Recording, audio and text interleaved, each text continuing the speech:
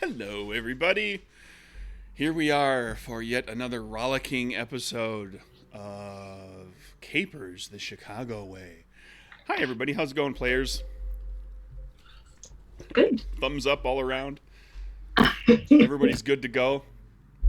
Everything's going to go smoothly in tonight's session. Not going to run into any Totally bumps. fine. Totally fine. We are so good at being gangsters. We're so good at this. Well, you have done No problem.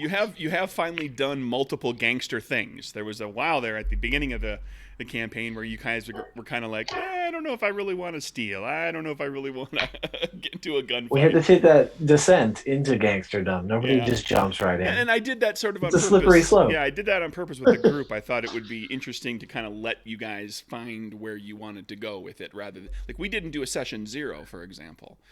So characters, character players actually came up with characters that in some cases have, I wouldn't say like irreconcilable differences or approaches, but there are certainly some conflicting attitudes amongst characters. So I thought that might make for some interesting role play and some interesting opportunities for me to tinker and toy around with. And we're starting to see some of those things crop up. So I'm gonna try not to burp constantly. I'm having a day. It's been a long last few days, and today was, I don't know why. I'm hanging in there though. So yeah, for those people who are following along, you can expect a new episode again next week, right before Gen Con, but probably the Tuesday right after Gen Con. There will likely not be a game because multiple of us will be having just gotten back from Gen Con and wanting to take a day or two to decompress and not being prepared. Like in my case, not necessarily being prepared to run something. So that's the kind of the planned schedule there. Let's see. With last week, what all happened? Ali, and tell us about you got out. You got Giuseppe Sacramano, and you got out of the courthouse, and then what happened? We went for a little drive. Oh yeah, Nice and relaxing. leisurely drive Mm-hmm. with some cops hot on your tail. Yeah, for a little while. Yeah, and we They, had they our didn't stick with us too long. and with Ali behind the wheel, we had a chase sequence that actually wrapped up pretty darn quick because you got some really good driving checks. I did. And I went and as discussed kind of after the game, I went and talked to playtesters about what their experiences were with how long the chase sequences lasted in their playtest and everything. And ours is an outlier. To only run a couple rounds like that that was because you got lucky and got some really good checks. All right, I got like 2 aces in a row. Yeah, I so think, we've or had like ace and something else with that. something like that. Yeah, we had the typical chase runs a little bit longer, but that's okay. And it was not actually bad because with only a couple of rounds happening, it was also because it was a chase sequence. And first time we did it, it was a little slower. So we were kind of getting used to the rules. So we'll do another chase somewhere down the road, assuming you guys need to escape from somewhere very quickly, and I'm sure that'll never happen. And in the process, you left. Why would we ever need to do something like that? You got away from the Ice Queen, Lizzie, the cold lady, who apparently was undercover, is a cop, and then the group decided because they wanted to jump the gun on some weird stuff and some revelations that I had planned. Kieran decided, hey, let's go to my childhood home. And what happened there, everybody? We can kind of pass this around to everybody. I think Rose got nearly murdered in the chase. Yeah. She was leaking. I fainted from the amount of blood loss that I had to deal with. And was officially kind of reunited with Giuseppe, this fella who has had quite an impact on her. And he was very protective. Giuseppe didn't die. She wasn't reunited in heaven. No, it wasn't like reunited that. in heaven. She almost got killed. but we got to hit the death and dying kind of rules the first time around to see how that plays out. And Rose made it through, although she's a little bit shaken by all of that. Satroka had a fine time inside, a fine time on the during the chase outside, and kind of came out of this unscathed yet again. Not completely so, but that's sort of the point of her powers. Yeah. And then Kieran got a chance to wander around his childhood home and discovered some odd things going on. Want to recap that for us? Yeah. The key that was supposed to open his front door didn't. And there were things there that just didn't fit with his memories. So he's beginning to wonder whether maybe he's been manipulated in some way, whether the place that he remembers is not here but someplace else. Kieran is definitely going to be having some words with Maggie at some point in the near future. The mental manipulator who messes around with other people's memories is having his memories messed with? Well, I imagine he had to learn it from somewhere. So. And so we kind of ended with the group at Kieran's childhood home, and licking their wounds and kind of figuring out what to do next. And so what was the? Let's take it away. Let's get started. What was the ultimate plan here? What did you decide you're going to do? Well, to keep things rolling, we're gonna have another heist. Yeah, you talked about in between game sessions. You guys talked about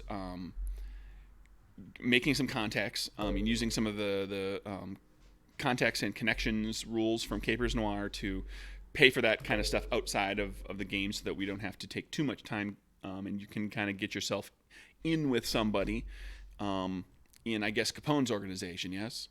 Mm-hmm. And that's going to cost you 5 moxie from the group. So who's spending what?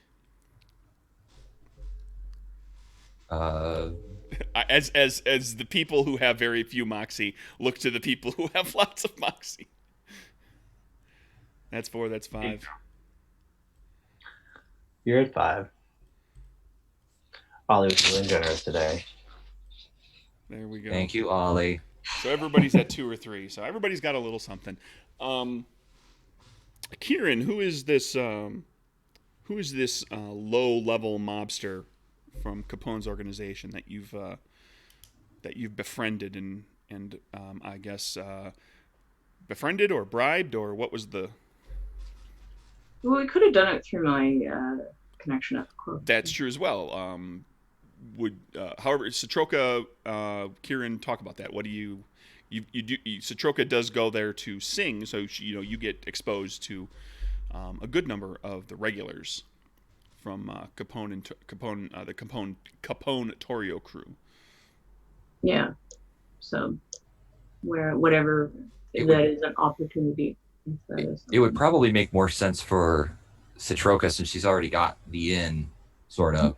She's already got people who know her and kind of trust her and like her.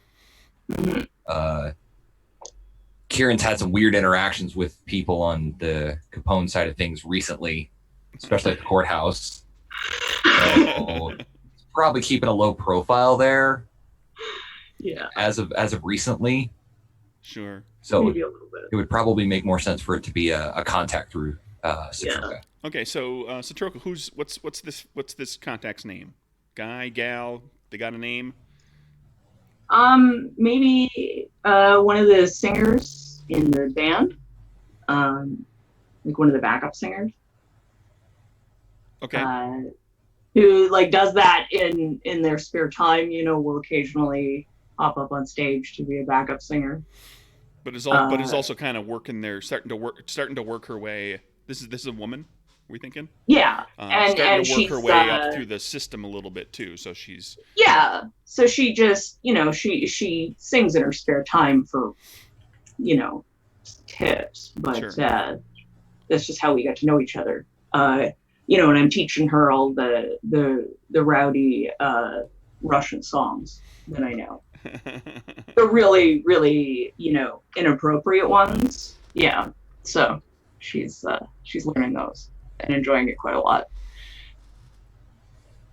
How about Yeah, so we just helping because she likes to sing as a hobby. So I'm just like maybe she comes in after at the end of the night and we sit and jam. sure? How about Isabella Romano? That's great. So Isabella, I'm not gonna go. Yeah, not gonna get too stereotypical with the accent. I find myself having a problem with that. Like I have no problem doing the Irish accent, but I can do an Italian accent, but I always feel for some reason more self-conscious about getting to sound more, like I'm gonna sound too much like a Chef Boyardee commercial that's really offensive. Whereas I can do a more naturalistic. Yeah, you don't want to sound like a cartoon character. So I'm always a little hesitant to be like, and I'm gonna go, because it gets to be that. I'm gonna make a meatball. You're gonna love it. It's so good. That guy. You know what though? That's bad. We don't want to do that. I played a character who was totally crazy and spoke like a spooky vampire all of the time. And Did he say things like really, really hard to keep up with this voice for like 2-3 hours. You really can't. Like, oh my god. It gets painful after a while. Count Chocula. Okay, I'm going to be Count Chocula for the next 3.5 hours. Jeez. It was fun. Well, somebody had to take being a vampire seriously. That's fair. Okay, so you've got kind of an in with her, and you guys were looking to bust. I mean, and this is one of those things that we had talked about. You said you're going to take some time to scope this out, talk to kind of establish this contact. And learn some things about particularly the Lexington or the Hawthorne Hotel. Which hotel are we talking about? Yeah, and like ways to get in and out. Right, the Hawthorne Hotel. That's the one I'm thinking of. I'm always it's Lexington. The Lexington, sorry. The secret vault underneath of the Lexington. Underneath the Lexington, and the Lexington, right. That supposedly there's rumors of there being of Capone or Torrio or one of the other bigwigs there having a vault where because admittedly like these Capone and Torrio and so forth are making quite a lot of money. And we all know that historically Capone gets taken down for tax evasion because they couldn't pin any of the crime, the violent crimes on him, but they did get him. Whether that happens in this world, we don't know yet.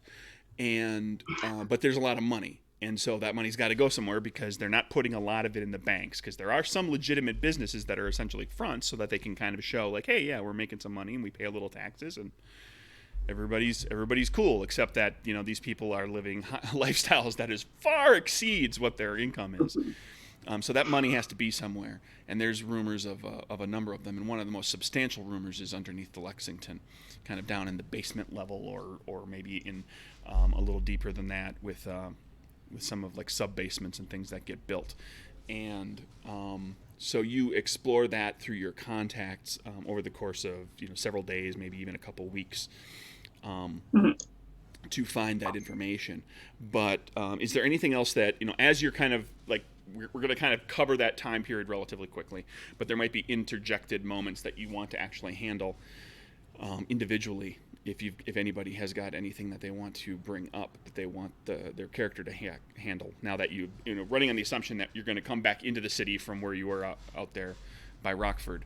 One thing that I think Ollie would do, since Satroka's contact is in the establishment that she's singing at, is go with her at least one of those times and talk to his bartender friend and just kind of feel out how our organization is, our reputation is. If we're starting to gain a reputation, if people are starting to talk about us, or if we're flying under the radar still.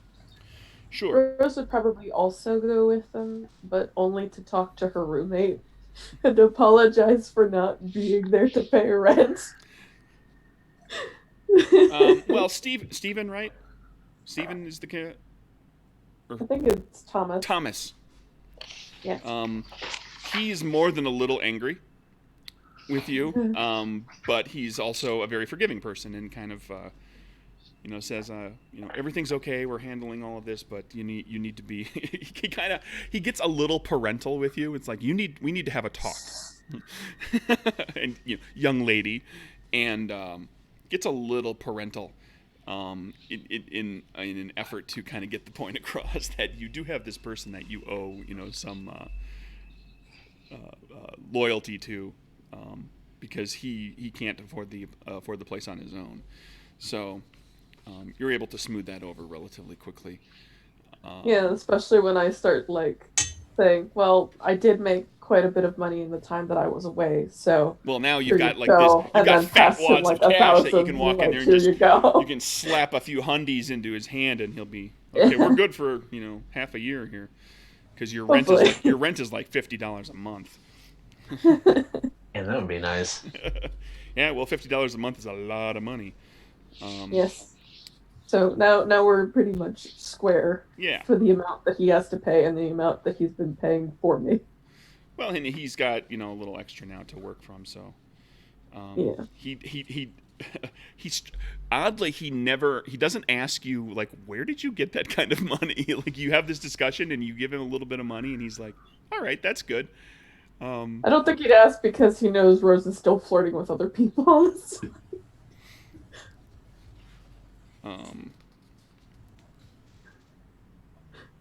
Just a moment here.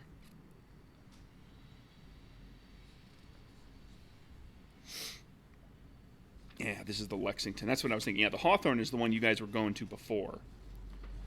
Mm-hmm. That's the one with the ship nearby with the gambling, the casino. Yeah, that's the one that I would Right. probably go to Yeah, fish you for can ask questions. around there. So you to the go bartender. to talk to your bartender buddy, Joe the bartender, and when you walk up, he kind of his face lights up a little bit, like he recognizes you. You've gotten to know him, but he has there's another level to what's going on. Like, you walk in and he's like, ha, ha, ha, ha, ha, ha. And he pours you a beer and slides it expertly, three stools down the bar to you. He, Ollie's going to take the beer and he's like, the next one's that bottle of scotch over there. The whole damn thing. Bring it down. He goes to get the bottle and grabs 2 glasses. He's going to have one with you. Excellent. Ollie pays for the bottle because we're all flush at this point. A little bit. He says, so you've been busy. You might say that. There's folks looking for you. I would assume probably. What do you know? Well, the problem is they don't know where to look for you. You kind of came out of nowhere with this. Well, that's a good problem to have. Well, it's a good problem to have until somebody gives something up. There's cash will loosen a lot of lips. So you might want to think about anybody that you've ticked off, anybody that you've wronged, just in case you want to make sure to cover your bases. Make sure that somebody's not going to give you up for a few bucks. Who, me? I'm a friendly chap here. Who have I wronged? Whoever these people were, you might just pass the word along to these people who put on their little show at the courthouse. That's very wise words. Be careful about that.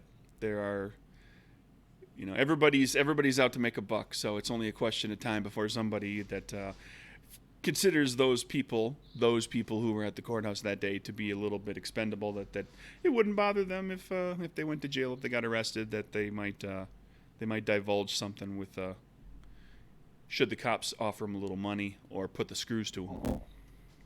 I don't know what they would divulge. I don't know nothing about a courthouse. And he just kind of chuckles and has his drink of scotch with you. Excellent. So, what about the bigger players? Should we be worried? Oh, you mean Capone and Torrio and O'Banion and whatnot? Yeah, I figure we've tipped off some of the official law keepers in the land. But are we on their radar? Well, I imagine a lot of them have taken notice. It's a pretty ballsy move. Not that you know anything about it, but that No, nothing at the all. happenings over at the courthouse. Yeah, it catches a lot of eyes. A lot of people talking. A lot of hearsay. A lot of some of it may be true. Not everybody's real sure. Well, I hear they gave some bystanders quite the show on the way out, so That wouldn't surprise me. It gets people talking. So I don't know what to tell you right now. It's just a question of whether or not those folks just slip back under a rock somewhere, or whether they decide to keep showing off. well, keep your eyes open. You're bound to find out sooner or later. Oh, it always happens. It always comes around. He continues. He has his drink with you, and Yep. it turns to just kind of chit chat about who's dating who and who's cheating with who and who pulled some little job over here or there. All the little all the the bits and pieces of gossip that you get from Joe when The you're drama. with him. Yeah. Can I manage to fish any information about the hotel that we're going to hit? Yeah, you can give it a shot. You want to try a charisma check there? Yeah. Let me try a charisma Smart check and guy. see if I can figure it out. How Ollie's like this incredibly charismatic, high charisma. He's got all the skills. Gonna flip your 2 cards. There we go. Oh, I like it. I'll take it. Um, he says, you get to talking about rumors about the Lexington vault, and he says, I hear.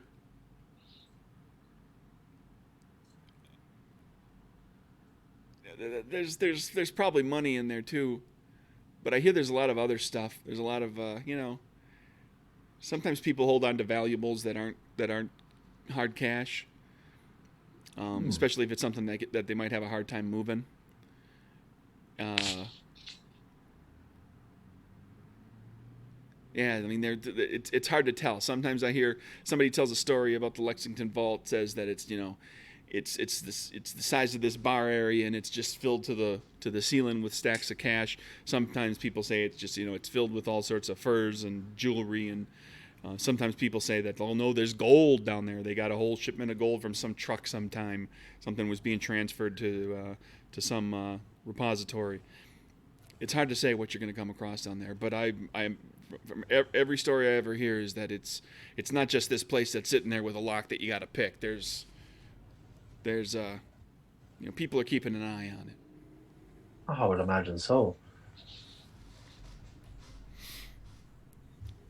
But it doesn't officially exist, right? This is all hearsay and rumors. Oh, it's all stories, sure. It's you Exactly. tell your little gangster kids, like, grow up, maybe you become a good gangster, maybe someday you'll get in the vault. Pirate treasure. Excellent. Well, thank you, sir. How's the scotch? He's fine. He has like one glass with you, and then he has another one, but he's just kind of sipping slow, and he's like, that he's a professional. He doesn't get himself hammered, generally Yeah, speaking. Ollie's like most of the bottle in, Oh, sure. but I've probably detoxified in the middle somewhere, so I'm not like totally hammered and falling over myself. Sure. Um, Anything else anybody wants to cover, Kieran? Uh, Kieran would probably spend most of this time just trying to do research, going over, sending other people to get him building schematics and any sort of records of construction that was done on the building within the last probably 15, 20 years. Sure. Just trying to see if there's any records of there being any underground work done, either officially or unofficially. Sure. You're able to get a hold of some very rudimentary plans from the planning department in Chicago the as far as information on any work that's been done recently, you don't come across anything in particular, because you would imagine that if there has been work that's been done, it's not something that the Torrio Capone folks are going to register with the city. They're just going to have the work done. It's easy enough to they could renovate a few rooms on the 6th floor and therefore have construction and workers going in and out, and then have some other work done elsewhere in the place that you don't know about.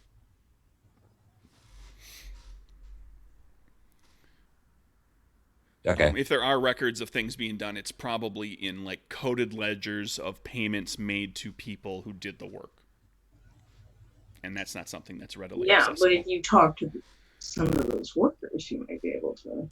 If you can find out who those workers are, and Chicago has hundreds and hundreds of thousands of people in it. Yeah, true.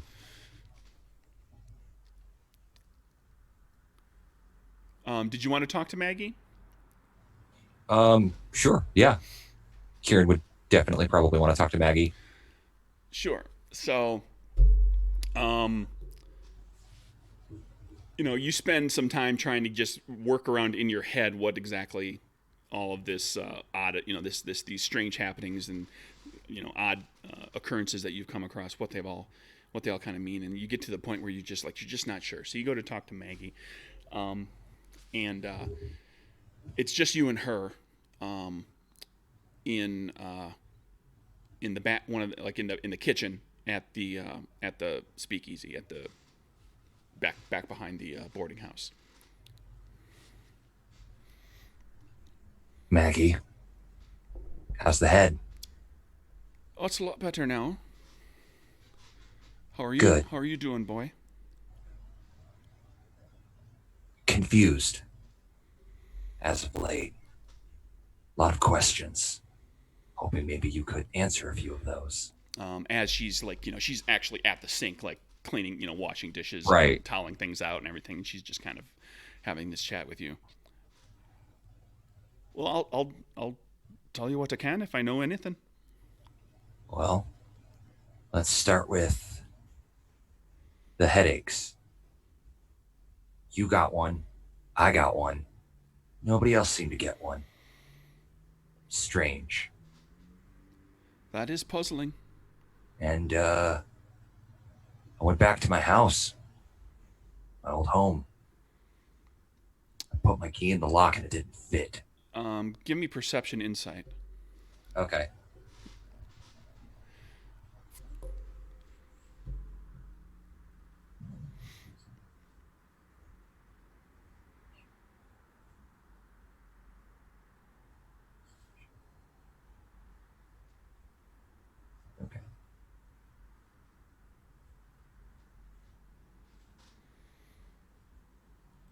Well, Queen of Spades? When you mentioned going back to the old house, she just barely gives a tell. Like, she has this moment, just you can kind of catch it in her eye and in the expression on her face, that says, "Shit." And now you can see, and you've known her long enough and have seen this look in her eye before. Now the gears are spinning. She's running something through her head right now. Maggie. Karen. I know that look. I've seen that look 1,000 times. You're searching, you're thinking, plotting, scheming. I should know I learned from the best. What aren't you telling me, Maggie?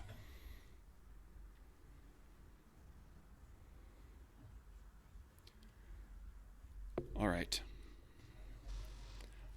I imagine it was just a matter of time before this came up. I was hoping it wouldn't, but here we are.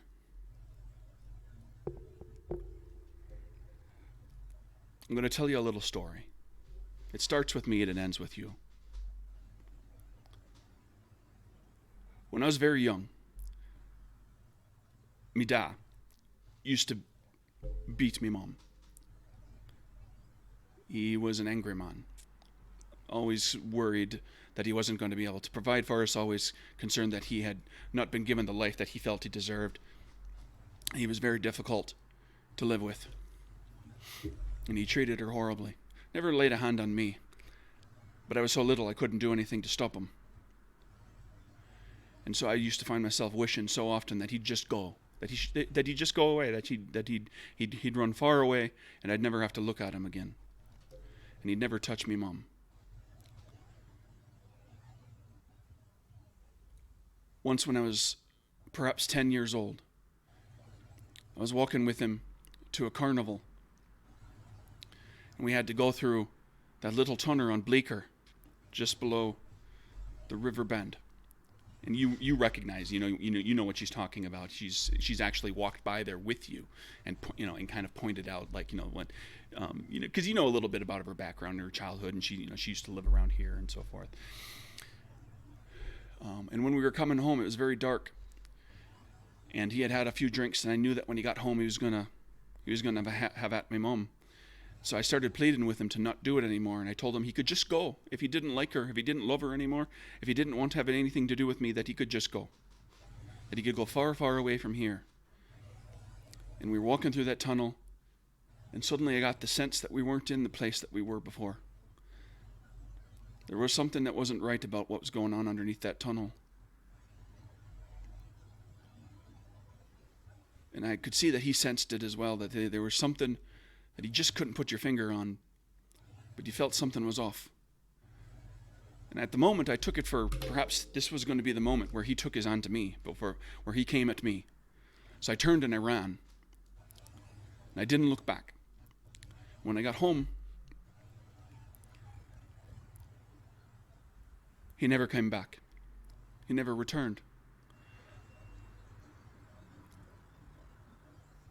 Over the course of the next few years, every so often, when I was feeling out of sorts, I found myself in a place that looked a lot like home, but it was not. I didn't know what to make of it. I didn't know how I got there, but I always got home. But at times, it was strange. I felt I was so far from home, even though I recognized the neighborhood.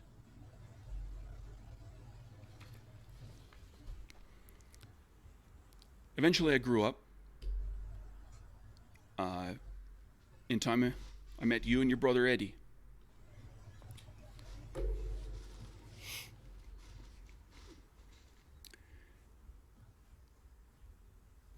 You don't remember this, but you told me that you and Eddie saw some men shoot down, gun to death, Jim Colosimo. Now, that name rings a bell. Big Jim Colosimo is the guy who was in charge of the Italian mob before Torrio and Capone. The story goes that he was not interested in getting involved in drugs or in alcohol. And Torrio and Capone saw that there was money to be made there. And this was before Prohibition even kicked in. This is when it was, like those early years, those few years before Prohibition happened, when it was kind of ramping toward that, and there was a lot of outcry throughout the country. A lot of communities were enacting dry laws for themselves. And you and your brother saw that. And then some men came gunning for you, and that's how Eddie died. And you know that. But you don't remember what the face of the man who shot your brother looked like, do you? When you told me what happened to Eddie, you said you saw him and that you were going to kill him. But then sometime later, you claimed that you never saw him. You claimed that you never even saw Jim Colosimo. I took it to mean that you had decided you didn't want to remember those things. But I knew that they had come after Eddie, they had killed him, they had shot you in the leg, they'd probably come after you.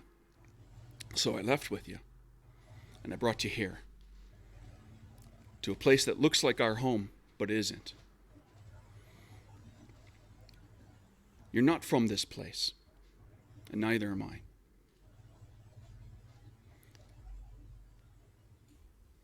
And that's why the house you went to wasn't quite right. Somewhere, there may be a you, and there may be an Eddie, and there may be your father and your mother here. Whatever the case is, they're not at that house anymore. But it's not your home. Your home is here with me.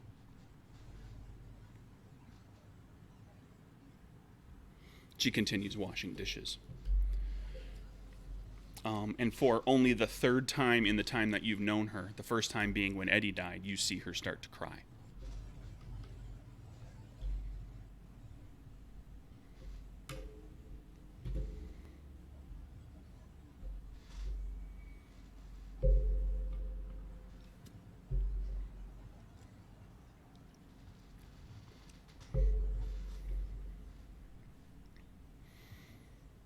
She looks to you. Are you all right, boy?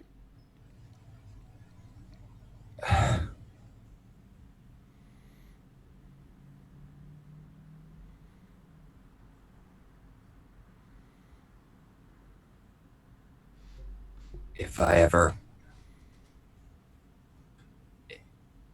ever wanted to, if I ever asked you to take me back there, that other place, would you? I would if you have a good enough reason to. But all that's back there for both of us is pain.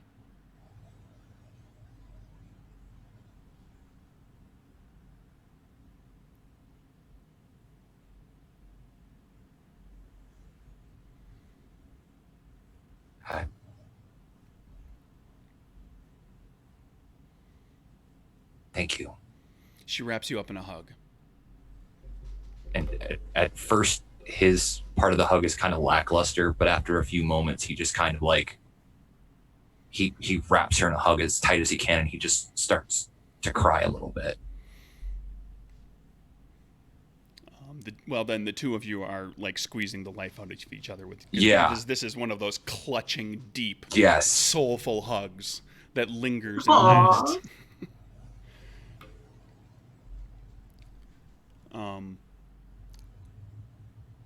So, speaking as the GM, you're welcome to give that some thought. Yeah. You don't have to make a snap decision about what that means. Kieran's gonna need some time to digest this, because this changes some things for him. Yes, it does. So there was that. Yeah. What's the plan now? Time has passed here. Are we looking at a heist? Not to, let's Yeah. ramp this back up. We had our. Yeah. Okay. We've got a heist. Okay. Everybody is back together. A few days later, indeterminate amount of time, because we don't know exactly. It's really not important when exactly this discussion took place with Maggie. It took place at least a little bit in the past. It's given Kieran time to kind of think about what that means and so forth. And you find yourself, there's other questions, just to throw this out there for you to think about, is like, Maggie has a daughter.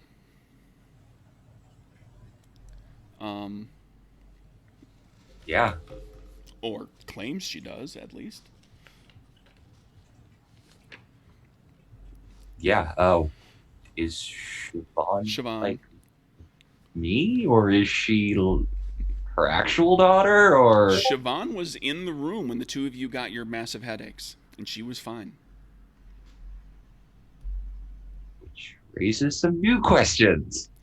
And as a reminder to everybody here that the other three players here, I hope you're enjoying the situation here. Of course, your characters don't know any of this. Eventually, Kieran's going to spill it all over all of you, I'm sure.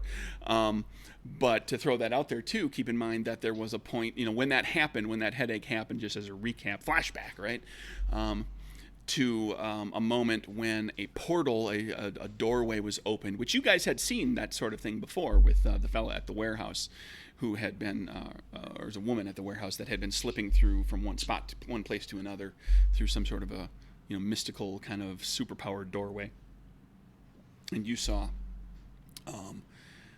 when the fella bought the gun off of Rose, the freeze gun.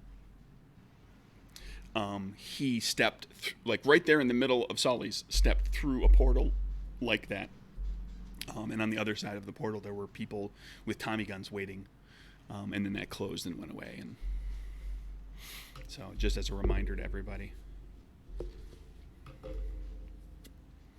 that was the time. That was the moment when the headaches happened.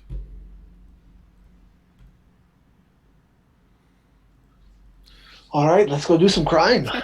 Let's go do some crime. Yeah. Ollie cuts to the chase. All right, so your contact Isabella is works is kind of basically low tier gangster, kind of getting her feet wet. She's pulled some jobs here and there. She occasionally gets called upon to be brute squad duty, to go along as a show of force with guns and so forth when something comes up. So she's moving up the ranks in specifically kind of on Capone's side of things. Torrio and Capone run the show together. Torrio's essentially in charge, but Capone is the face because he's the one that everybody kind of recognizes and knows for his demeanor and his flamboyance and his fancy clothes and rings and his swarthy fedoras and all these things. And so she spends a fair bit of time at the Lexington, and she says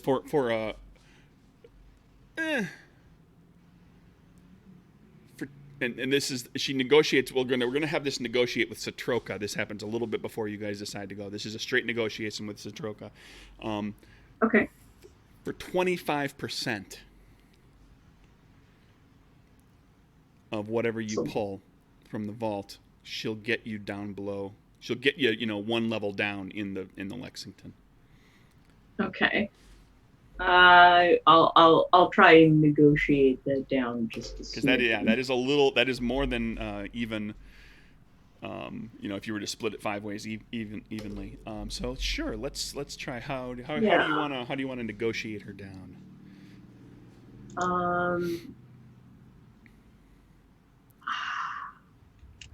I think just sort of talking about how we'll be taking most of the risk, and we'll be doing most of the work and most of the risk and everything like that. So that would sort of imply that maybe we deserve just a little bit more. Okay. Yeah, go ahead and give me. Well, that's pretty straightforward. That's a reasonable argument. Give me charisma diplomacy. Okay.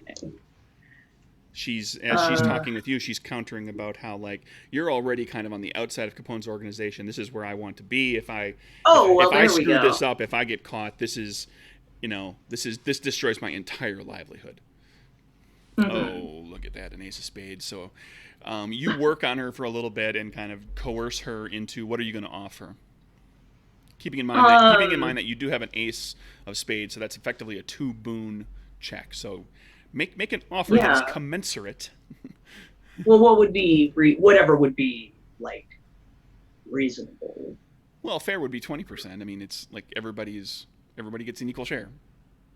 Mm-hmm. That would be she argues that is she was asking for 25. She's arguing that 20% is reasonable. Everybody gets 20%. What about, would she accept 15? Yeah. Hey, Owen, stop that. he's in the chat giving her advice, and your character's not there. I know, but I don't. I was going in that direction. Okay. I'm gonna have to chastise you, and I'm gonna have to do it. I'm gonna have to do it in some way that doesn't involve injuring your character because you're practically unkillable. I'll come up with something. Okay. She agrees to. Yeah. She agrees to 15% for And if it goes well, That's where she was and about to go. Is like if this goes well and you can use her again, then it's 20. absolutely, yeah. We want to have a good relationship. Like this, yeah. We can do more work and get her more involved in things. Sorry, what was it? Was her last? It was Isabella Romano. Okay. Put that in my notes. I love having the internet for the record, because there was a time back in the day when, I'd be like, oh, I need a last name for a character, and so I would have to go to like, okay, who did I go to high school with? So there were a lot of German and Polish names, because I grew up in Wisconsin. Whereas now it's like I need an Italian name, Italian surnames, clickety clickety click, boom, there's the top 10. Okay, so yeah, you make that deal with her, and what are everybody's together. You're getting ready to pull this off. What you do have the opportunity to kind of prepare for this. Like what are you going? Are you disguising it up? Are you bringing what kind of firepower are you bringing? What kind of gear? What are you doing? What's the plan? Rose is definitely disguising herself. That's a surprise. Yeah. Ollie's starting to walk out the door with his Tommy gun in hand, normal dress, like nothing's going on, like we're just. Ollie. What? With his jumpsuit that says Ollie on it. Kieran would have gotten some serious safe cracking tools and dynamite. Dynamite, nice. Okay. Yeah, I'm gonna get definitely disguise, wig, different outfits, that sort of thing. And some lock picking tools, some that sort of thing. What else? Maybe some binoculars. Sure. And yeah. I'm gonna throw a Moxie Kieran's way here for his big story moment before I forget about it. The feels. Cause that hasn't been planned for a long time. I think Ollie wants dynamite too. Oh good. Let's give Ollie, the guy with 1 billion hits, some dynamite. Yes. Uh-huh. That won't make Satroka worry at all. Okay. I was going to say, I thought Satroka would be more worried when Kieran shows up with dynamite. Oh. You know what? There's really gonna break it. Nothing good can come from anybody showing up with dynamite. Name a person, any historical figure that shows up with dynamite, and you're like, cool. Miners? Who? Miners? No, it's still dynamite. Yeah, that's what they used to mine. Though. Yeah, but that would be in the mine. You know how deadly of a profession mining is? It's one of the top 5. Mining is deadlier than being a soldier. Not to Ollie. Modern day, anyway. Mining. Whew, not to Ollie. Well, let's just miners. It's what they use. Okay. Anyway, so yeah, you got dynamite. You got whatever guns you're bringing along. You've got thievery tools, safe cracking. Dynamite. It's like that Spider-Man name. They're just like pointing and jumping. Sure. You too. Are we looking standard classic? Just fuse cord. You're not hauling like detonator wire and a plunger with you, are you? That would be a little conspicuous. Roll out I feel like that would be a little conspicuous. Got a big wheel of detonator cord. A little fuse cord. Okay, there you go. Just light it on fire. Make sure somebody's got a lighter, right? Ollie always has matches. We have Rose. She is the lighter. That's true. She is now. That will blow up in our face. No, she has a fire gun. We can literally be standing at least 30 feet away. As long as she shoots at the cord and not the dynamite. That's true. Would be even worse if she. Ollie carries matches because he smokes a pipe. So true. What was that? I'm sorry, Rose. Would be even worse if Rose, instead of shooting the dynamite or even the cord, she shoots the wall. I just think you're probably just dangerous with that fire gun, no matter what. I'm waiting to I'm see. dangerous with I'm any waiting to gun. see just how dangerous you become. We haven't quite gotten a glimpse of that yet, but it's coming. It's coming, everybody. Rose has I become. think we've gotten a glimpse of how dangerous Rose can be with a knife, but not really a gun. Rose is surprisingly dangerous, actually, given how the character kind of started out.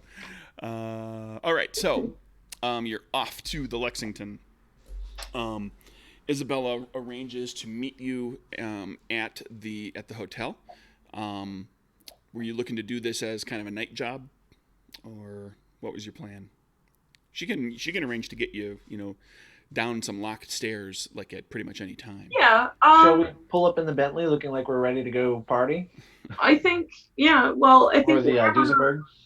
whenever there would be the least amount of people around would be the best That's time going to to do be it. like 4 or 5 in the morning, like after the late night kind of festivities have ended, when everybody's gone, everything kind of shuts down. But before the hotel, like the morning staff that have like the morning shift that do breakfast and stuff for those people who don't stay up until 3 in the morning.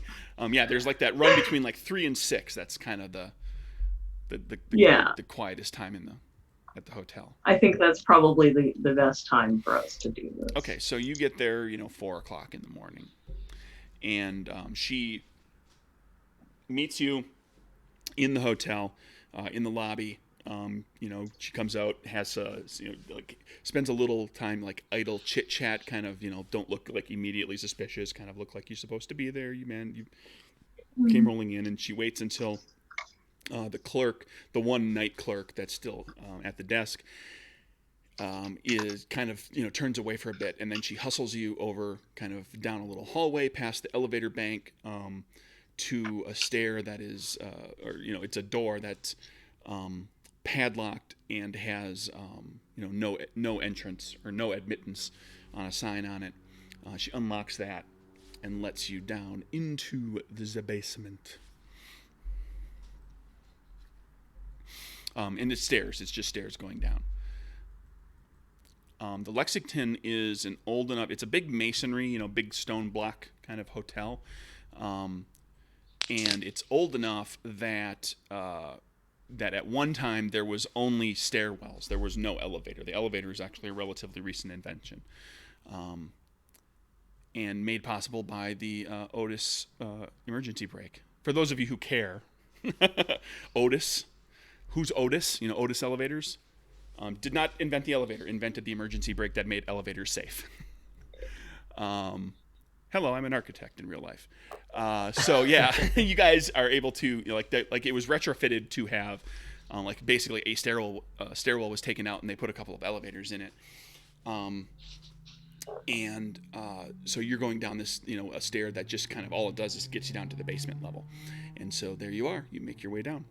Now you are in the basement of the Lexington, and it's a little wet, a little kind of a little dank, musty smell hits your nostrils. You get the feeling that there's not a lot happens down here, other than maybe there's some stuff that's stored. Anything small stuff that's easy enough to take up and downstairs. They might store things down here, because it does not appear there's any elevator that goes all the way down. Well, I guess we found the wine cellar. Ollie, don't drink anything you find here. Don't worry, dear. I bring my own. Pulls a flask out. Of course you do. You want I go ahead? Is anybody, as you begin here, I'm just going to throw this out there, is anybody kicking any boosts into play, or using a power outright at this point? I just want to make sure that if you are doing something, because like a lot of times you can kind of have a boost floating. I know sometimes, Owen, you like to have something prepared. If I don't see people around that are looking to tussle, I'm not boosting anything. And I also don't know every boost and power that you guys each have. So just if there's anything you want to have kind of going right now. So there you go. You're in a musty basement corridor stretching out in front of you. There's a number of doors. It looks like some of them have locks and some of them do not. Okay. He's just gonna start trying doors. He's not even gonna investigate. He's just gonna walk up and just start trying handles on doors and see what's open and what doesn't. um, okay, you open up a door, you look inside, and it's like old, busted furniture. A few pieces that are probably just been stored down here that, like, maybe like with a little work could be made to look halfway decent. You try another door. There's like just a small room that's empty, completely empty. You try a third door that is locked. That is actually got a clasp and a padlock. Like the door didn't initially doesn't look like the handle. The latch has a lock. It's actually been padlocked over.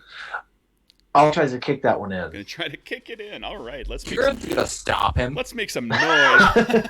Ollie, I can. Ollie, let me go inside.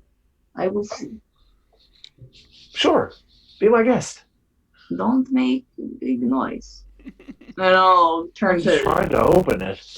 Smoke, and I'll go inside. You go inside and you discover a room. Well, you need to. It's pitch black in here. Okay. You turn smoky and go inside, and you're in a pitch black room. Okay. While Satroka's in there, if Rosie's I- gonna try and pick the lock. If I move through the room, Go ahead and give me agility mechanicals to pick the lock. Okay. if I move through the room, do I find objects there? Are there,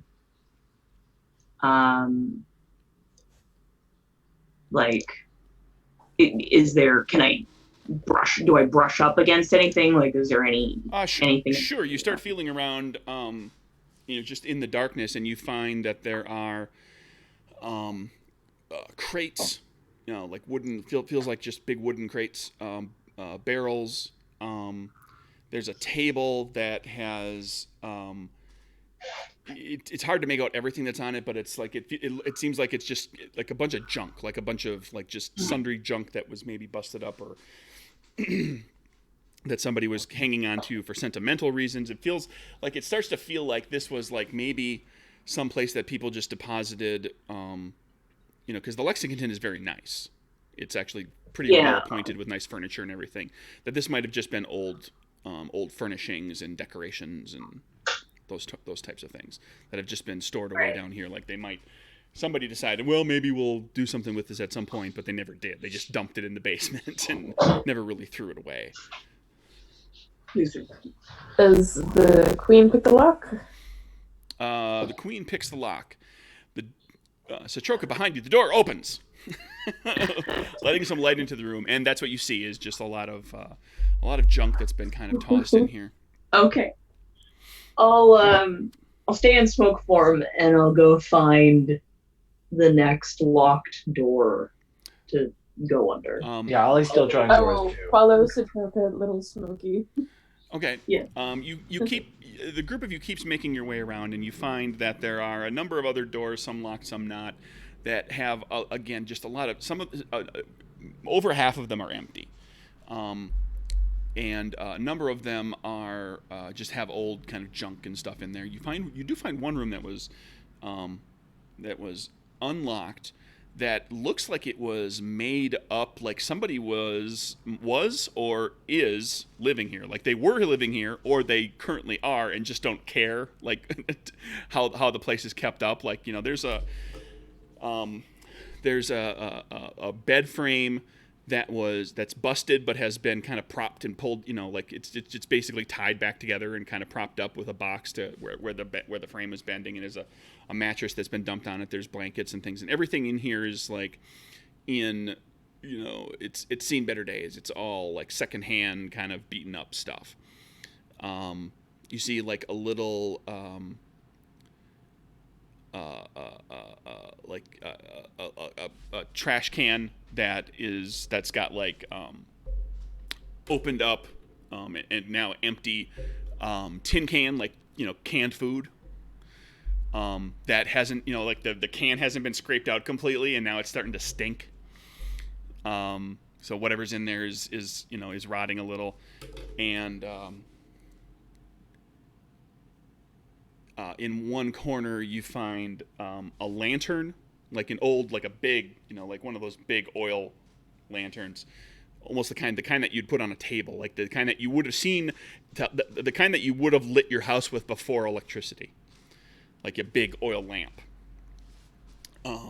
that has oil in it, and next to that there's like a cushion of a, like the cushion from a chair, the seat cushion, and then like a back cushion from a chair that's leaned against the wall, and there's a stack of books that are they're all splayed, like they've all gotten wet, and that how when books get wet and they like the whole thing, they never close to the point that the covers are parallel to one another again. A bunch of books like that. So it looks like somebody was living here.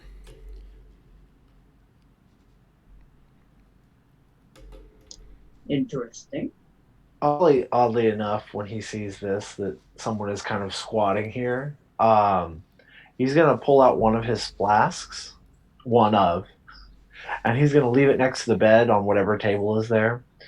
See if he can find a pen or a pencil, and pull one of the pages out of those books and just write a little note, just like, God bless you and keep you, and put it next to the bottle of whiskey. Tears out the last page of some novel, the ending. Yep, and then writes that on there and leaves it next to the liquor that he's going to leave for whatever poor soul is still squatting here when they come back. They're going to find this. Okay. Rose is going to slowly back out of the room because of the stench. Yeah, stinky room. It's offending your delicate sensibilities. Yes. I would like each of you to give me a perception sense reaction check. That's one card. Add your perception score plus one additional if you have the sense skill. 6. That's a no. And that would be 5. That's a no.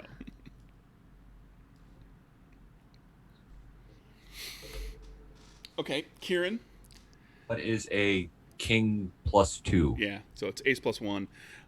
Kieran, you get. Are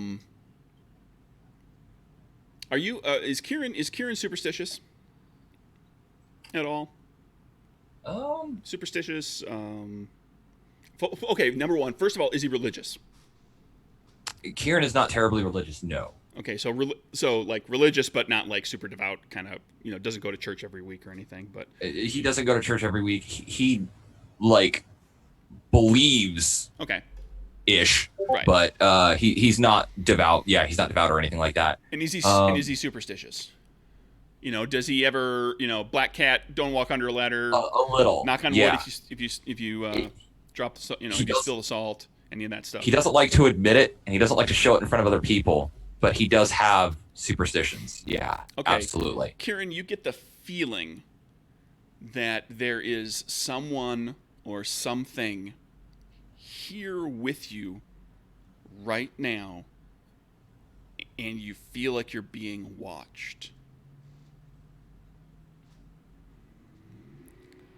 And Kieran just kind of starts to slowly... And all of you see this.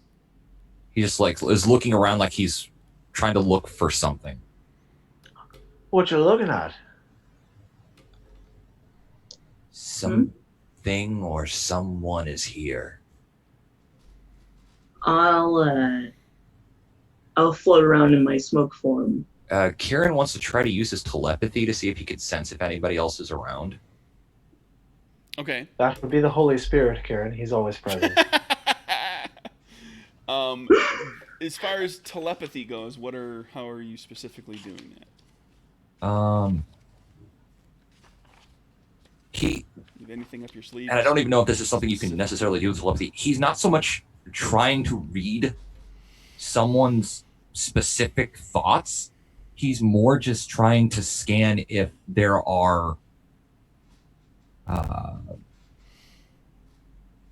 minds nearby. Okay. Like basically within the range of the power. Like so within 30 feet of us, how many minds are there? Well, right. You can, yeah. So, you can spend spend time like kind of one round at a time. You can kind of, without necessarily even diving too deep into listening to somebody's thoughts. You can look at your compatriots with you and kind of you can sense, okay, there's a mind at work there. There's a mind at work there. There's a mind at work there. I can feel myself. Like you can actually, Right. sense that you yourself are there, and you sense that there is a fifth intelligence, but you Okay. can't pick out an Okay. actual thought. Oh, I can't. Interesting. But you sense there's something there. Hello? No response. If you're here, we're not here to hurt you. We just want to talk. Kieran, who are you talking to? Can you make yourself known somehow? No response. Ollie's just got a big old grin on his face. No response. Kieran, don't talk to the powers that be. This is creepy. Do you hear him yet, boy? Ollie left you a drink. Are you thirsty? No response. I'm just gonna keep looking around. You're floating around in smoke form, trying to, see, take a look. You see your three compatriots here, your fellow gangsters. You know that you're here, but you don't, and you don't see any, no rats or bugs or roaches or anything that you can tell. But there's, nothing else. It's just the four of you. Ollie's there's gonna start the three of you plus, Kieran, who's like, maybe losing it, and Ollie, with a big old grin on his face, with what Kieran's conversation is going on, is just going to start perusing the room and see if anything looks personal, like it belongs to someone in particular, sentimental or anything like that. Just kind of looking around, snooping.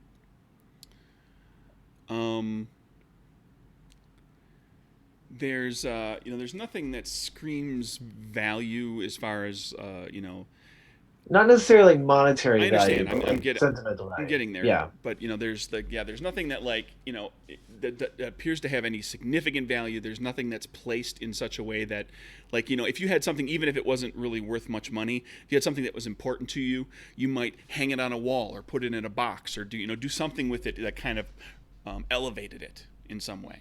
Yeah. And you don't see anything in particular if there's anything in here that kind of maybe is that way, it's the books. Kieran wants to try and touch one of the books, and he's going to use his power I haven't used in a really long time, actually. And that's his ability to talk to inanimate objects. And I will use the boost, which lets me speak with complex objects. Okay. And he will try asking the books some questions. And all of you start. You see Oh, that's my Kieran favorite power. talking to the books. Like, when was the last time? Who was the last person who read you? How long ago was that? Has anyone touched you or flipped through you recently besides me? The book says, the old lady has been gone for a long time. Old lady. And that's who used to read you? The old lady? We used to talk.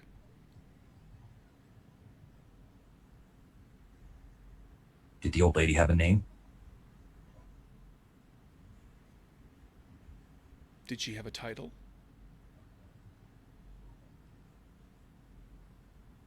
He asks you, Yeah. Did she have a title? Oh.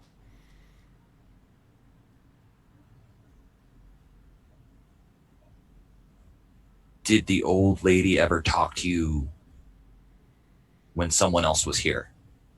Or was it always just her? The old lady was alone. She was lonesome. She talked about her daughter. Did the daughter have a title Jennifer. or a name? Jennifer.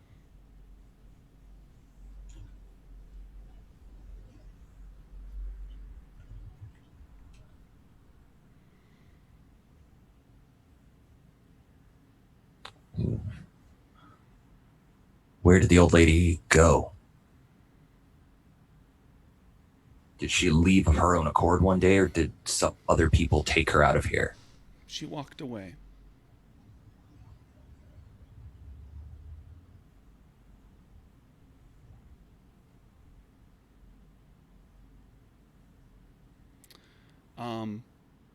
Did okay? Did Jennifer ever visit her here? No. Jennifer Rose died. is gonna walk Jennifer up to died. Kieran and like put her hand on his hand. Oh, you're what? You're back in the room now? Rose is starting to get worried. She's been hearing most of this from the hallway, so she walks back into the room. Okay. Puts her hand on Kieran's hand that is on all the books, and she's like, "Are you okay?" I can talk to inanimate things, and they talk back to me. Is that what you were doing with the plant pot back at the furniture store?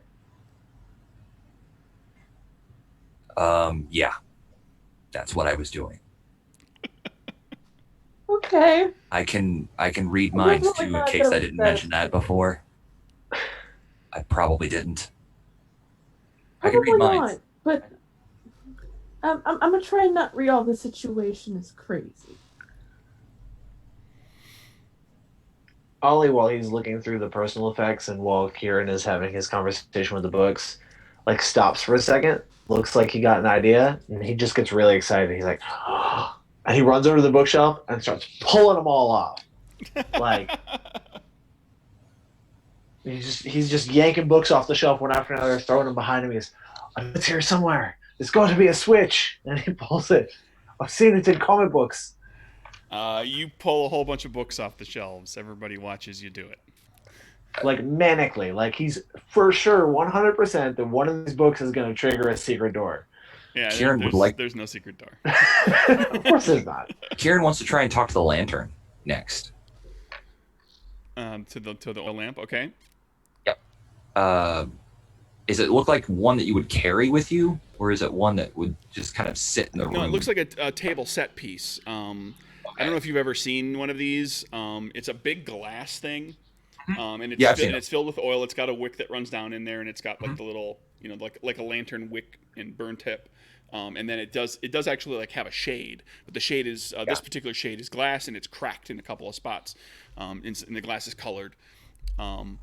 It's a big thing, and it's like 1.5 feet tall with the shade. It's big and heavy. You wouldn't carry this around. I guess I'm going to try and talk to just the air again, just very briefly. So, would you want to talk about Jennifer? No response.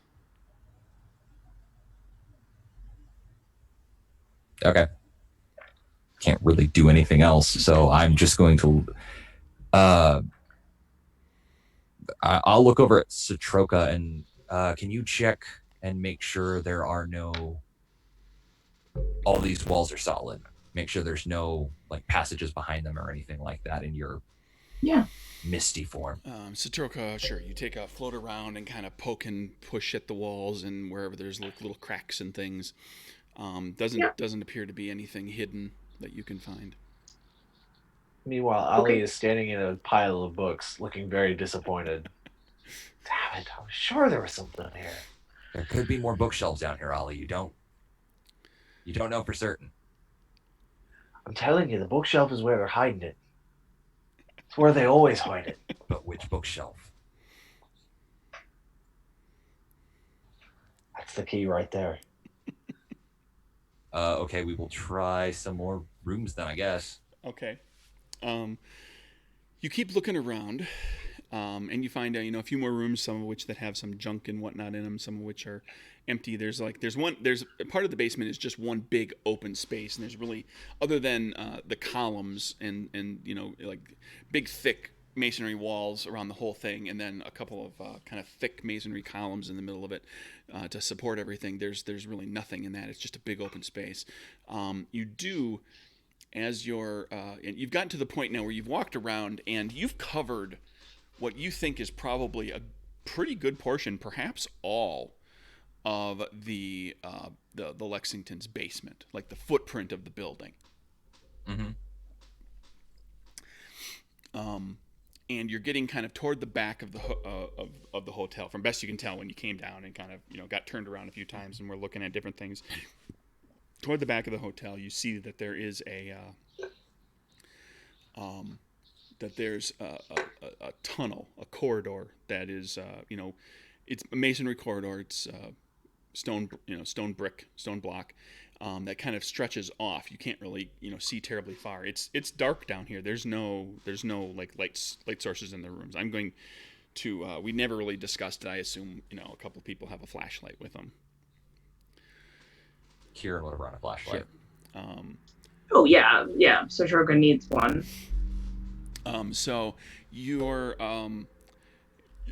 looking around and you see this kind of corridor that goes off, and it's like you're sure this kind of goes beyond the footprint of the building, and down in this corridor, off in the distance, you see just a pinprick of a point of red light.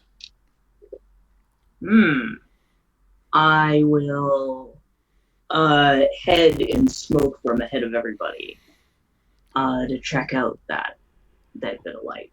Ollie's gonna ready his Tommy gun and start walking down the corridor. And why didn't we check out the suspicious-looking corridor first? Because it was way at the back. Yeah, fair enough. He's still gonna say it. Yeah, that's fine. That's fine. Okay, so Sotroka heads down first. Everybody else is kind of back behind her a bit. As you're going along, Sotroka, the others of you don't see this. Sotroka, you see as you go, like the point of red light isn't in a steady position. It's slowly kind of moving up and down, just a touch, like about this much, right? Okay. And then as you get a little closer, you see that it is not a pinprick of one point of red light. It is actually two, and they're both moving up and down like this. And as you're moving along, you start to hear the sounds of multiple feet padding along the floor. Of this just concrete floor. You can hear and this double pinprick of light that's moving up and down.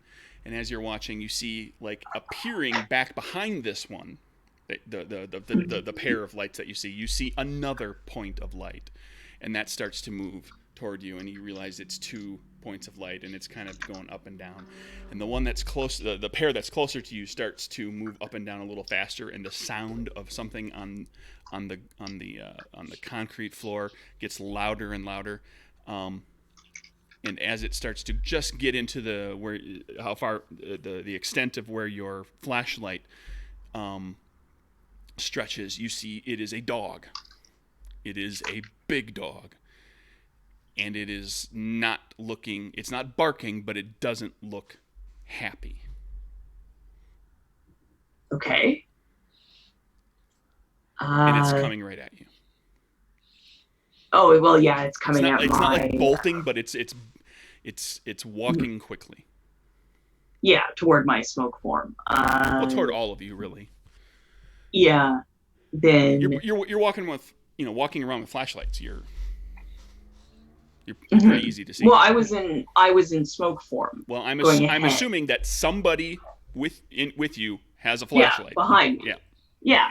Yeah. So I will fly into its face, and I want to try and like distract it by, you know, getting its face all covered in smoke. Okay. You fly up into this dog's face, and as you get right up next to it, you see that not only are its eyes aren't just, the eyes aren't reflecting light. Like, you know what that looks like when you see like a cat in the darkness. When Yeah. in very low light, it reflects a bit of the light in its eyes. This dog is not. Its eyes are not reflecting light. Its eyes are glowing. And as you get right up on top of Oh. it, you see also that it's like it opens. At this point, everybody hears this now too. The dog starts barking when you get right up on top of it with your smoke form. It starts barking. It opens its muzzle, and you see that there's like this soft red glow from like down its throat, and it snaps at you like it's trying to bite this, like there's this bunch of smoke that it's just reacting to it. Yeah. It doesn't have any Yeah. idea what or who you are, and it snaps at you, and you can feel warmth, like there's heat coming from this thing. Okay. Oh, that's bad. That's very Ollie bad. hears the barking. Yeah. I'm I'm gonna throw up my damage prevention boost and take off in a run toward the sound. As you do that, the Satroka, you see the other, what is presumably another dog, from further down the corridor a little bit, comes bounding. Now this dog starts, like, when the first one starts barking, this one starts barking, and it's now bounding down the hallway toward you. What's up with Rose and Kieran? Can we see it now in our flashlights? You can make out kind of basically what I was describing earlier with, like two glowing pinpricks of light, and now and they're bounding up and down, and they're, like the one in the distance is bound, it's kind of going up and down. What you're seeing is the dog running, so its head is moving up and down. Right. And then the one that's up nearby is like all over the place because it's snapping at this smoke. It's trying to figure out Right. what's just gotten right up close to it, and now they're both barking. And they're clearly dogs, but one's a little further away yet. Yeah. Rez is gonna yell towards Ollie, don't shoot. Whatever you do, we don't need any more noise than these dogs are making currently. Ollie wasn't planning on shooting. He's gonna try to kick it whenever he gets in range. Okay. Sachoka, are you doing anything other than just continuing to distract? Yeah, I'm trying to, like, I can't exactly blind it, but, sort of doing my best to, like, get into its face and lungs and eyes. Sure. Just But be you're irritating. keeping it pretty preoccupied. Yeah, yeah. 'Cause it's clearly reacting to you. Yeah, I'm trying to sort of provide an advantage, disadvantage sort of thing. And then as Ollie gets up there, just a second here. Let me see something.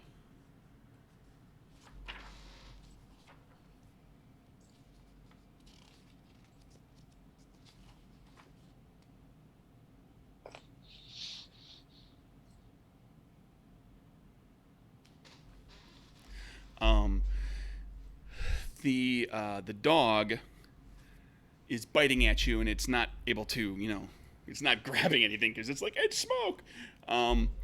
And that's the point when, and I'm gonna grab both of these cards off of here. We'll keep this kind of free form for the time being here. It howls.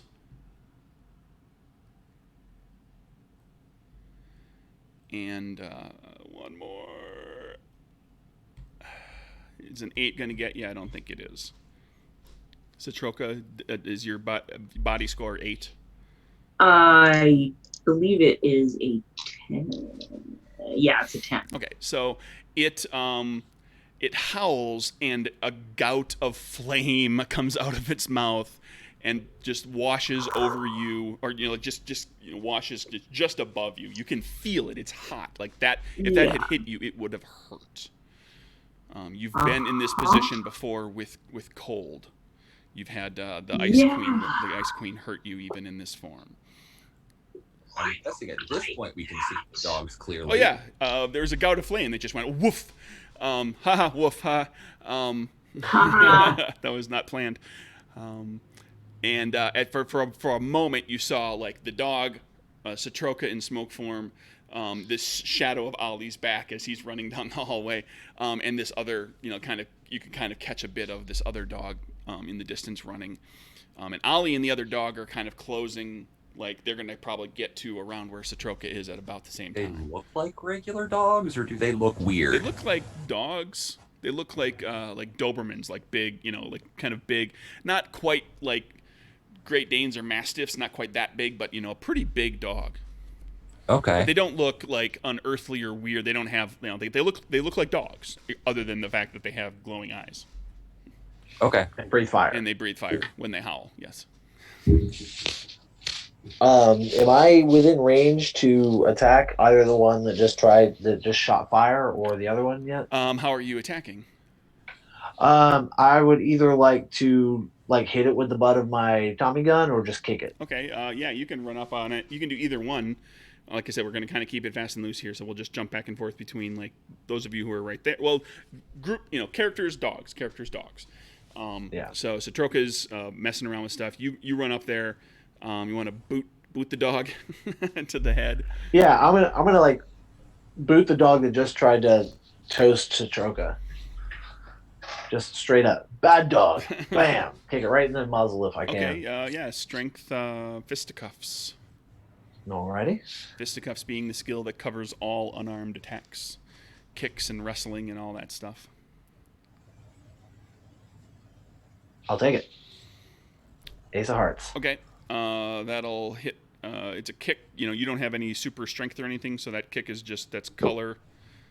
Color So damage. 1 point of damage. But it's with a boon. This is true. And I will throw that into damage. So you do 3 damage there.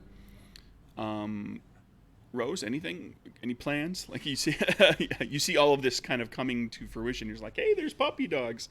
Go give them a kiss. No kisses. Okay. Anything up your probably sleeve? not. Can Kieran move up and attempt something? Kieran can move up, and what would you like to attempt? Don't be vague. Let's hear it. I want to try. Can I use hypnosis on them? You can try, I suppose. Okay. On the one right there. Yeah, whichever the closest one is, and I'm going to use the implant boost on him to implant a simple memory.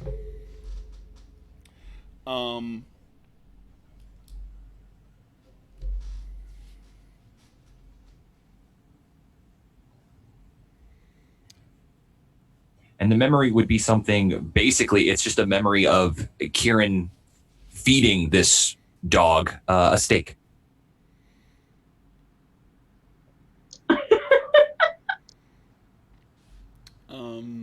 Okay. Sure, you want to try that. Okay. Go ahead and pull for it. Yeah. Charisma, willpower versus the dog's mind score. Which I can't imagine is very high. There's one. Watch I botch this. Don't curse it. 2. Oh, I'll take that. Jack of Hearts. Okay.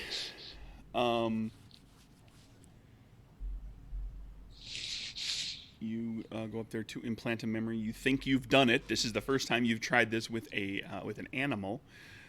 So Okay. we'll find out what happens. Rose, I'm sorry. Did you have anything you were? Or are you just hanging back bemusedly? Or do you want to do something? Rose is thoroughly questioning whether or not she should use her fire gun. And whether or not Fire it would with make fire. a noise. At this point, that's what she's considering. Fight fire with fire. She's going to attempt to shoot the farthest away dog, With? making the assumption that her gun does not make noise. Sure. Her fire gun. Fire gun. Okay. This is going to be you're a ways back. That dog's still coming down the hallway, so this is going to be out at it's going to be further away than 30 feet. Do you have the range boost for your gun? You've got damage. You've got the damage boost built in all the time, right? Yeah, That's I the one that you have took damage as boost built in all the one of time, the other. and I do have range You do have boost. a range, so you can make So your shot at -1 card, to shoot out to a longer range, or you can spend some time closing. You could spend this round closing in to get closer to the dog. You can move no matter what, but you can move more if you don't take the shot. I'm gonna attempt to take the shot. Taking the shot with 1 card, with Moxie, just in Here we case. go. Hey, I did it. No worries. that'll do it. You shoot the puppy dog with the fire gun. The fire hits the puppy dog. The puppy dog seems to not be bothered at all. Oh no. Well, now we know it's fire resistant. Satroka, did you have anything? You've now seen these things like burp fire at you, howl fire at you. So, I would like I'll take one. I'll pop back into my form. Mhm. And now I have a dagger. I can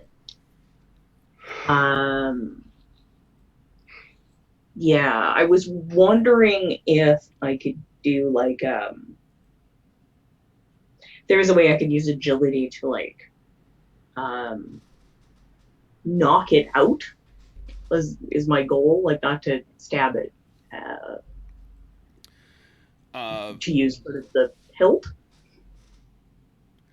It's still going to be more of a strength check if it's essentially a melee weapon. Mm-hmm. Okay. If she threw it basically handle first, would that be an agility check? That'd be a ranged attack. Yeah, you'd be throwing it in the process, so you wouldn't have it on your person anymore. But yeah. That's well. I mean, keep in mind the knockout thing.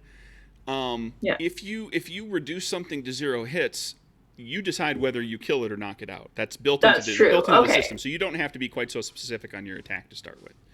Because sometimes the attack, quote unquote, if you're just knocking them out, like the attack doesn't necessarily connect and deal actual damage to them. They might, like if I throw a rock at Ollie when he's only got 1 hit left, because I'm just dreaming like for when the day comes that Ollie only has 1 hit, and I hit him with it. As if I could, well, actually, technically, as a player, you would decide what your character does. But as an example here, I would say like, well, Ollie dodges it and he like rams his head into a wall and knocks himself out, and that's how he doesn't get killed by the rock. There's a lot of ways you can kind of explain it. So Ollie uses Moxie for damage prevention, and then hits boost to gain 2 more hit points. Son of a bitch. Okay, so I'm going to actually just stab with my dagger, but I'm not going to use my boost, obviously, because that gives me no cards. Okay, so you're going to stabby with your knife? Yeah, which only gives me 1 card, so fingers crossed. It's an 8. You have Moxie. Okay. Moxie. Come on! Oh, come on! Okay. It's worse. Yeah, that's now here you have a choice to make. That's failure with clubs. That's a botch. Yeah. You can eat that, or you can spend a Moxie to recall your 8, which will not be a botch, but will still be a failure. Or you can just take the botch. We don't know what. Okay, I'm spending a Moxie. I'm going back. I'm not taking any botches at this point. Okay, so you take the 8, and that is a failure with spades, which is motivation. So you gain a Moxie to use on your next turn. You must use it on your next turn, or you lose it. Okay. So you've got a little help next turn. So the dogs. Here, I'm gonna put it right there to remind me. Perfect. The doggies, the one that's right there on top of you, it's like, it's gonna breathe on you again because that's fun. Yeah, that's probably gonna get you. No, I kicked it in the face. It's not going to breathe on me. Oh, you kicked it in the face. Yeah, a 10 just hits me. Yeah, Yeah. no, actually, yeah, he kicked it in the face. It's gonna go at the threat Oh. because it's a dumb dog. It's gonna go after the threat. So yeah, Oh, It'll okay. hit me too. Not the person 10 will who hit attempted. you, and that's spades, and it's suit damage. So that's gonna be 6 points. I'm going to reduce damage. I've got my damage prevention boost on, so I'm going to spend a moxie to reduce damage. And 4 plus That's gonna be whatever your spades. boost gives you. my boost gives me +2 So that points was of so damage. that's 4 plus prevention. 2, 6. So you negate all of it. Excellent. I just take it. And then the other dog comes bounding up, and it's seeing its partner in crime that's over there, blowing fire all over the place, and it's a dumb dog, so it joins in. And this one's going to go after Citroka because it doesn't have to go after a threat that just hit it. So that's going to be a miss. That's probably no good. Come on, dog. Oh. That's a botch. What? That's a botch. Yeah, that's a botch, and I do have Moxie for the bad guys, for the dogs in this case. So I'm gonna Moxie back down to that 6 to just take a regular failure rather than it botching, because I can do that too. And that's both the dogs. So Citroka. All right. And I'm basically at this point, for simplicity's sake, I'm going to take it in the order of like who's in the most immediate danger, and then work out. Okay. So that way the people who are right there get a chance to actually do something right away. So Citroka and Ollie first. So if I use my density boost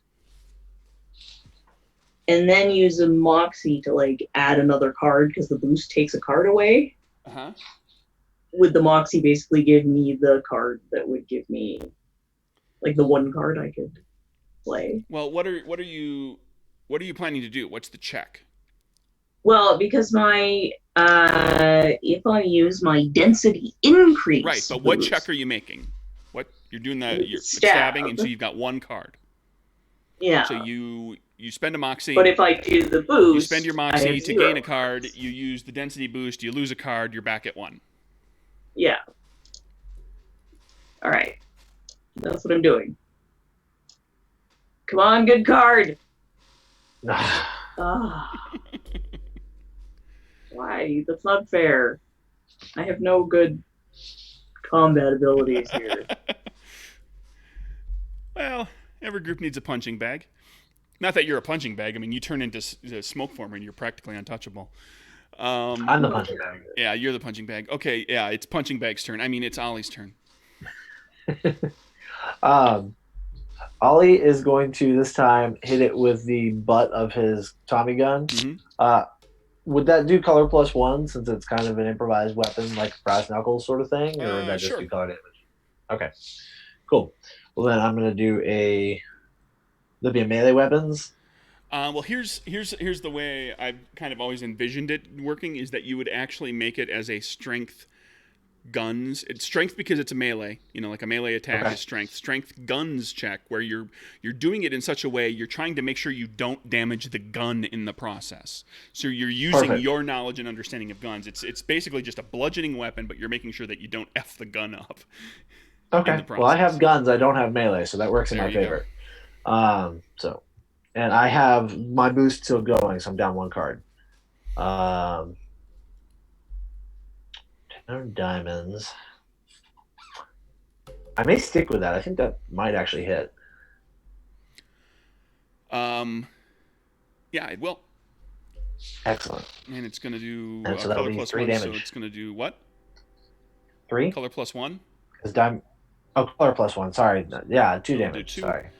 And that will finish off the puppy dog. I'm just gonna knock him out. Okay.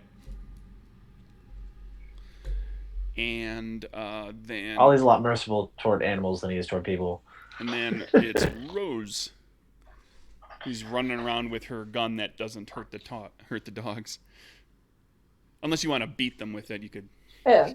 Crike. Rose is gonna run into your room and grab a chair leg and then run out holding a chair leg. Sure, you just grab some piece of junk that's lying around. Makeshift weapon does color +1. You can run up on that other dog. This is just going to be a strength fist or a strength melee, unless you're going to throw it. Right.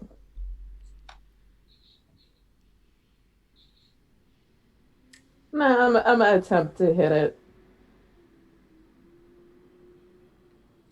That's my check. There you go.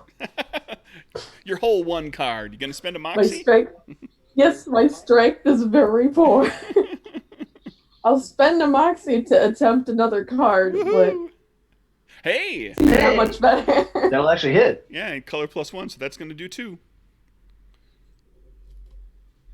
And then, yeah, you hit it. You did as well as Ollie did last time.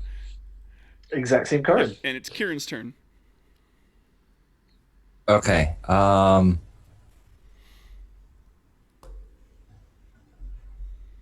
to think of how I want to do this. There's 2 different things I want to do. I'm not sure which one to do. Spend 2 moxie, take 2 actions, do them both. Well, I am actually going to spend a moxie to control the narrative for a moment and pull out a dog whistle.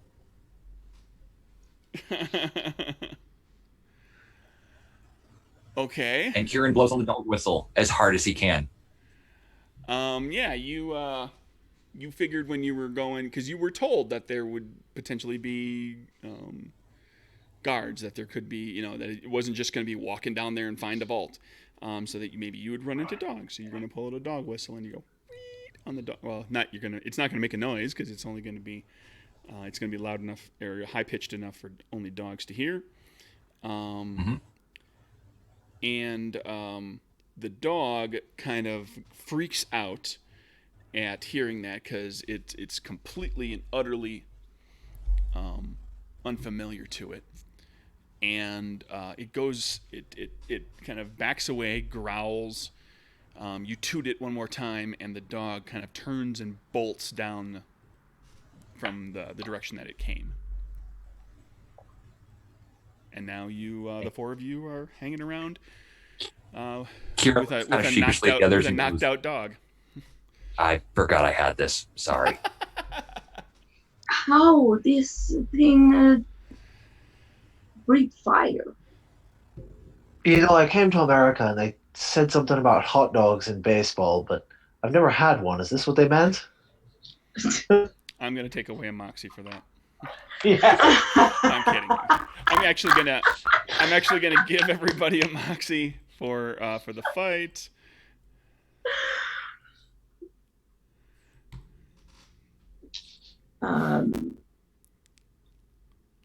I would argue Kieran gets a bonus one for being reliable. Oh, you're gonna do one of those. Well, in that case, Ollie was reckless. Pretty reckless, yeah. Yeah, I'm gonna do smoke storm and go ahead again. Anybody else have a petition for moxie up their sleeve? They want to try to squeeze a moxie out of the GM. I mean, if I make another pun, can I get a moxie? Oh, you got one. I gave you one. Pipe down there. I got puns for days. I don't think if Rose made a pun, she'd get her moxie. I don't know. Ollie's actually, when Satroka goes on ahead in her smoke form, Ollie's actually going to stick pretty close behind her this time. Okay. Not let her get too far ahead. Kieran's going to use telepathy with range boost also, so he can kind of sort of see and hear what she's seeing and hearing. Okay. Rose is going to put away her fire gun because now she knows it's a little useless. And I believe telepathy normally has an amnesia boost as well. Yeah. So that basically that implies not that you have the boost. I'm just saying that there is one, which implies that when it comes to telepathy, if you don't use the amnesia boost, the your target kind of knows you're there. Oh yeah, So and I want her to know. and that's fine. So Satroka is scouting on ahead in smoke form, and you feel like, oh, freaking Kieran's poking around your brain again. It's kind of weird, but okay. It's all right. Satroka, you start making your way down, and you turn that corner where the dog, the second dog had come from, and you can kind of see down the corridor a little bit, and you can make out just the dullest of red glow of the dog as it's running away from you, and then it goes like the red light doesn't fade slowly. It just disappears. Okay. I don't like that. It's otherwise it's darkness otherwise down there, so you can still like just for a little bit you can hear the very faint sounds of the dog still running, but Does Ollie see this? But the light goes right just out.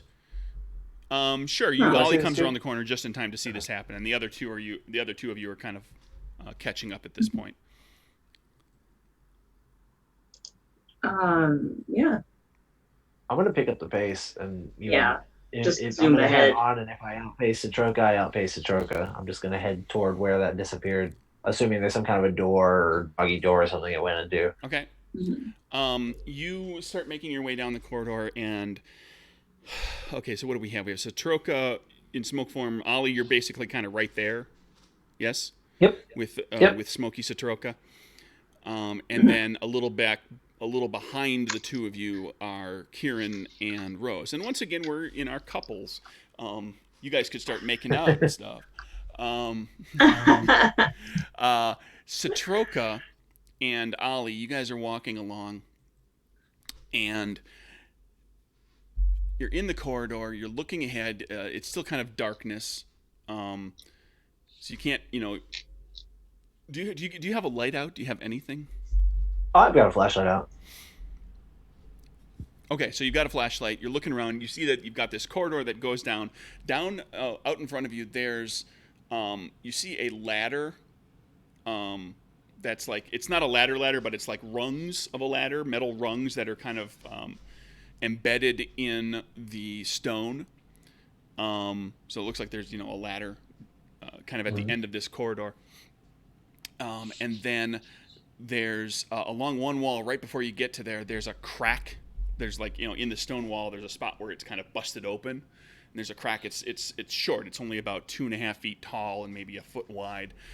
And the dog is gone. You don't see anything else. It's basically a dead end at this ladder, but there's a crack in the wall, and there's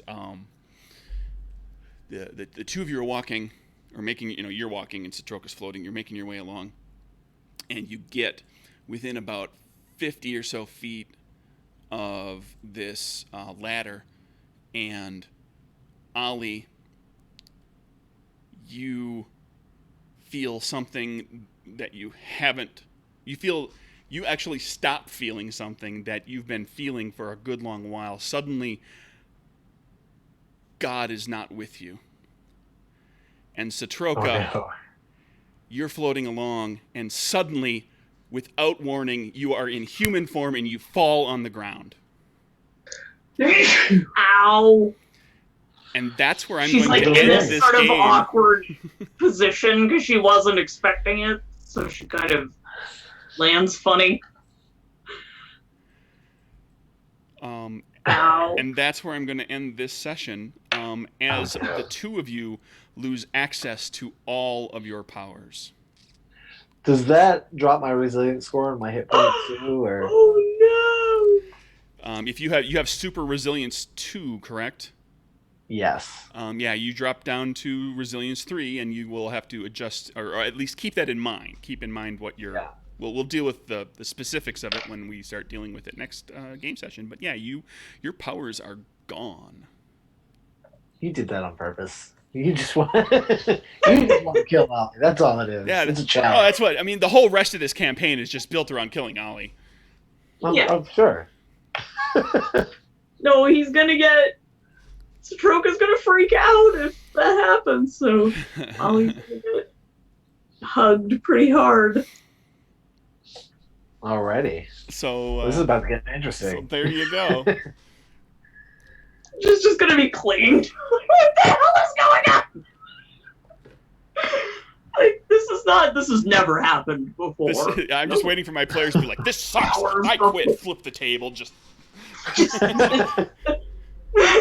What kind of Nobody's allowed to do this. What kind of horse shit is this?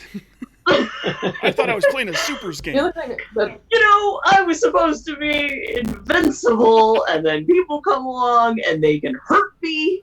How dare! I've read enough Now they comic can books. take my Power powers suppressors away. are in everything. This is perfectly in canon. Oh, I'm here for it it. might be. No, I love it, but in Satroka's mind, she's just like, how dare! Ollie just thinks the devil's here. Oh, well, Ego yeah. player. I wonder how Hey, you're that- gonna make Rose feel when she walks into the room. What was that? Wonder how it's gonna make Rose feel when she walks into the area. Everyone else is powerless. Here's Rose. I've still got all of my No, skills. what's going on? Like giggle? Great.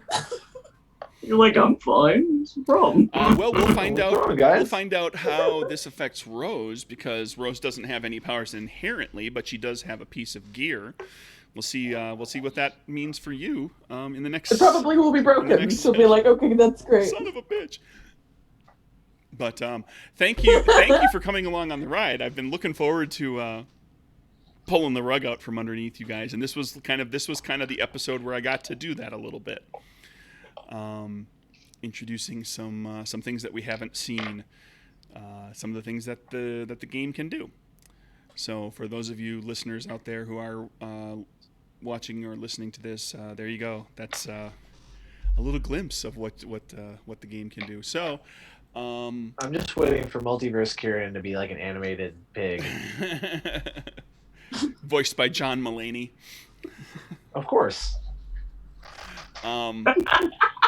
Let's wrap this up and say goodnight, everybody.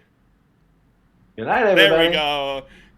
Good night, everybody. Good night.